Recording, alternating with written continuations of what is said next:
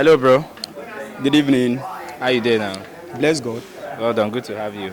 Thank you so very I can much. see you are a patriotic Nigeria coming out here to watch your match against Equatorial Guinea. Of course, of course. But I think, should I say, or I'm not sure I'll be out of place if I say that this was a disappointing result. Though we didn't lose, but it was a draw match against a country we are supposed to win ordinarily. So what are your thoughts from what you watched so far? What do you see about the game? Well, from your words, you're not out of place to say it was a very, not just disappointing, a very disappointing one.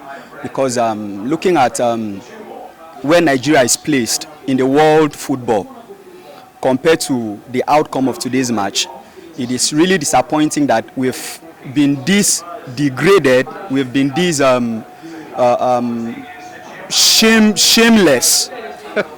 Yes, it has gotten to that point that we can that we should describe Nigerian team as a shameless, football team, because we are not putting the energy that football expects, okay, to the game.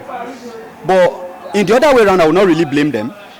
The reason why I will not blame them is because when you've trace back the history of Nigerian football, you discover that there is always something that makes Nigerian footballers not to give in all their energy. No, let us leave coach aside. The coach can be good, but if the attitude of the players is not, accurate, we'll still have, a down play like we've seen.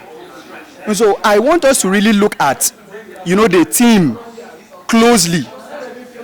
Could there be something wrong somewhere? Are the allowances paid as at when due? No, these are things we need to look at. Because I am one person that when somebody is at fault, I always try to look out for what made the person fail. Because something must have made the person fail. As a student in school, you can be very brilliant. But if the environment is not conducive for you, to continue reading and putting in all your energy to succeed, you will fail. You will certainly fail. When I was in school, back then, I remember when I took second position. As I came back, my mom flogged me. For second position? For second position. And this was in a class of over 200 persons. Yes, this is a true life story. This was a class of over 200 persons. My mom flogged me. And she asked me one question. The person that took first position, does he have two heads? Does he have two heads? And that made me to sit up. Now, in Nigeria, we are not having such push. Okay? Somehow we celebrate mediocrity at some point. Then what we're supposed to tackle, we are not tackling. We are looking out for shadows instead of looking for what is really causing the problem. That is one challenge I've really seen in today's match. So we need to look at the team carefully. What could be the problem?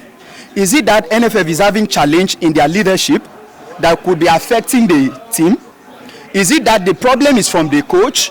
Is it that it's from the allowances that they are not being paid as at when due? Is there anything that is not giving these boys motivation to do what they should do? I think we should look closely at that.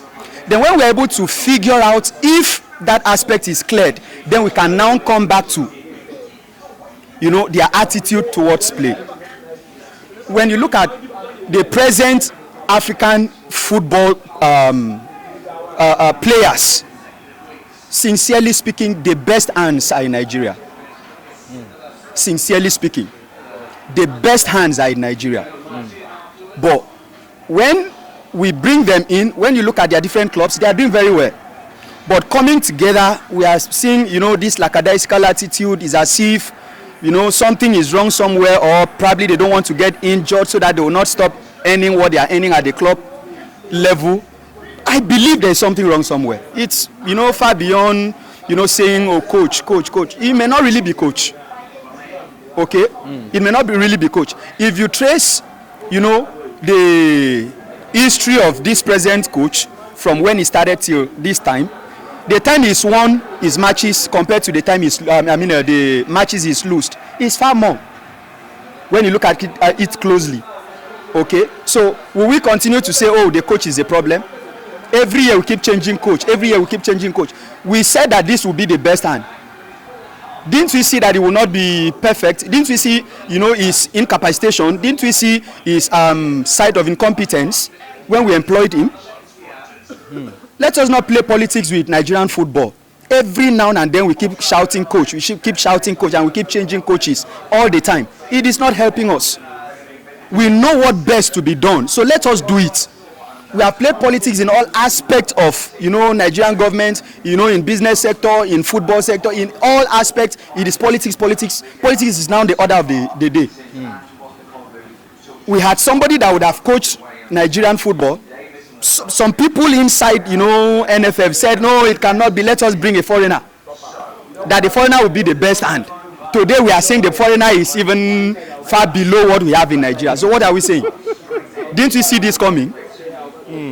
So to me, the problem is not the coach. The problem is the governing council of NFF. Let us look closely into that council. Something is there. There is something under the cupboard that nobody is seeing, or probably nobody is looking at. Let us look closely.